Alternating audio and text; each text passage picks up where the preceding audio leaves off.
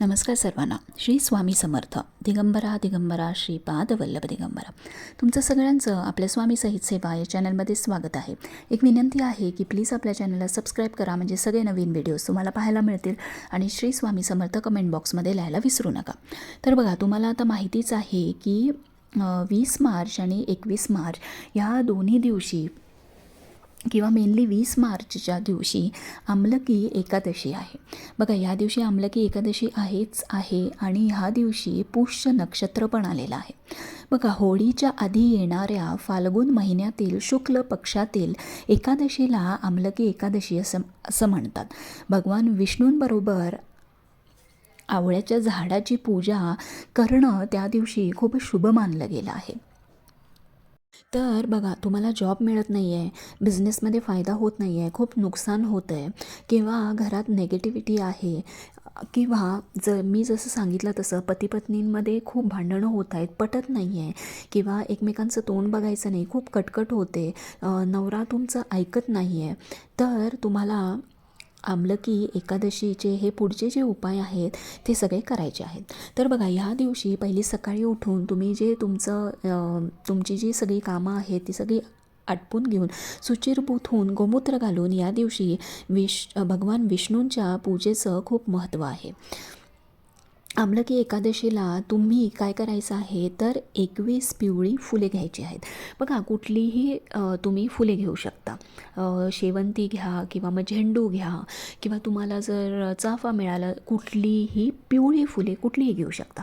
त्याच्या अगोदर जर भगवान विष्णूंची तुमच्याकडं मूर्ती असेल तर तसंच जसं तुम्ही आता बघत आहात, तर तुम्ही पहिली पाण्याने, मग पंचामृताने आणि मग पाण्याने असं तुम्ही अभिषेक करून घ्या. छान मूर्ती पुसून घ्या. अष्टगंध अत्तर असेल तुमच्याकडे चंदनाचं तर ते लावा, नसेल तर कुठलंही अत्तर लावलं तरी चालेल.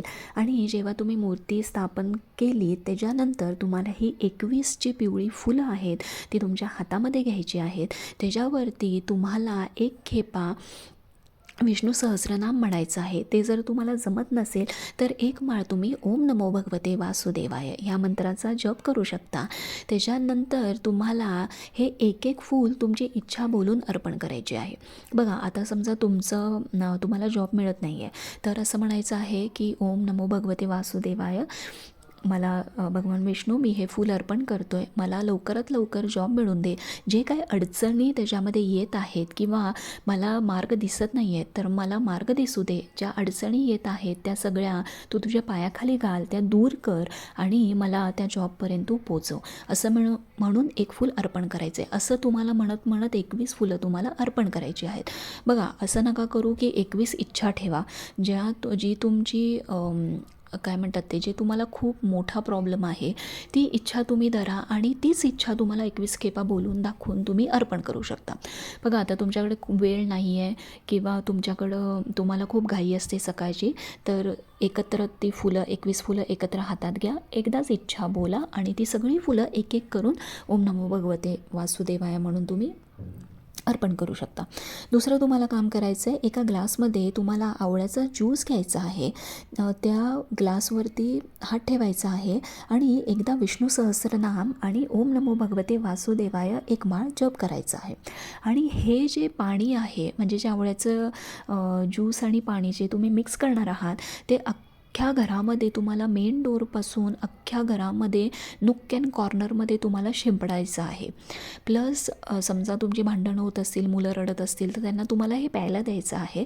बघा, आवळा कसंही सायंटिफिकली आपल्याला हेल्दी आहे, सो तुम्ही ते प्राशन करू शकता किंवा आवळ्याचा ज्यूस किंवा ते पाणी घेऊ शकता. तर पूर्ण घरात ते शिंपडायचं आहे. त्यानंतर तुमच्या तिजोरीवर तुम्हाला ह्याच पाण्याने स्वस्तिक आणि ओम हे दोन्ही चिन्ह काढायचे आहेत.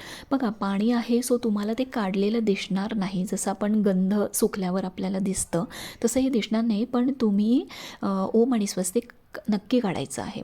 त्यानंतर तुम्हाला मेन डोअरवर सुद्धा स्वस्तिक या पाण्याने काढायचं आहे. बघा, तुम्हाला 20 तारखेला संध्याकाळी 7 वाजल्यानंतर म्हणजे दिवे लागल्यानंतर तुम्हाला आवळा घ्यायचा आहे. आवळ्याचं आता आपल्याला इथे 2 दीप लावायचे आहेत. तर ते कसं करायचं, तर आवळा घ्यायचा, तो कट करायचा, 2 फुलवाती ज्या खालती गोल असतात ना, त्या 2 फुलवाती तुपामध्ये भिजवून घ्यायचा. त्या आवळ्यावरती अशा ठेवायच्या, तुम्हाला आता पिक्चरमध्ये दिसत असेल तर त्या अशा ठेवायच्या आणि संध्याकाळी ह्या आयदर तुम्ही 2 आवळे घ्या किंवा 4 आवळे घ्या, कसंही 2 घेतले 1 घेतला तरीही चालेल. तर देवासमोर ठेवायचं, ते लावायचं. त्यानंतर 1 खेपा विष्णू सहस्रनाम आपल्याला लावल्यानंतर म्हणायचं आहे आणि ओम नमो भगवते वासुदेवाय 11 खेपा हा मंत्राचा जप करायचा आहे. हे सगळं झाल्यानंतर जेव्हा हा दिवा विझेल म्हणजे पूर्ण जळून जाईल तेव्हा तो आवळा तुम्हाला तुमच्या हातामध्ये घ्यायचा आहे. तुमची जी काही इच्छा आहे ती मनातल्या मनात ती बोलायची आहे आणि तो आवळा तुम्हाला त्या दिवशी आयदर तुम्ही कुठल्याही झाडाखाली नेऊन ठेवलात तरी चालेल किंवा मातीत पुरलात तरी चालेल किंवा जर तुम्हाला त्या दिवशी जमत नसेल तर तुम्ही उद्या म्हणजे दुसऱ्या दिवशी सकाळी किंवा दिवसभरात आयदर मातीमध्ये ठेवलं तरी चालेल किंवा मग झाडाच्या खाली नेऊन ठेवलात तरी चालेल.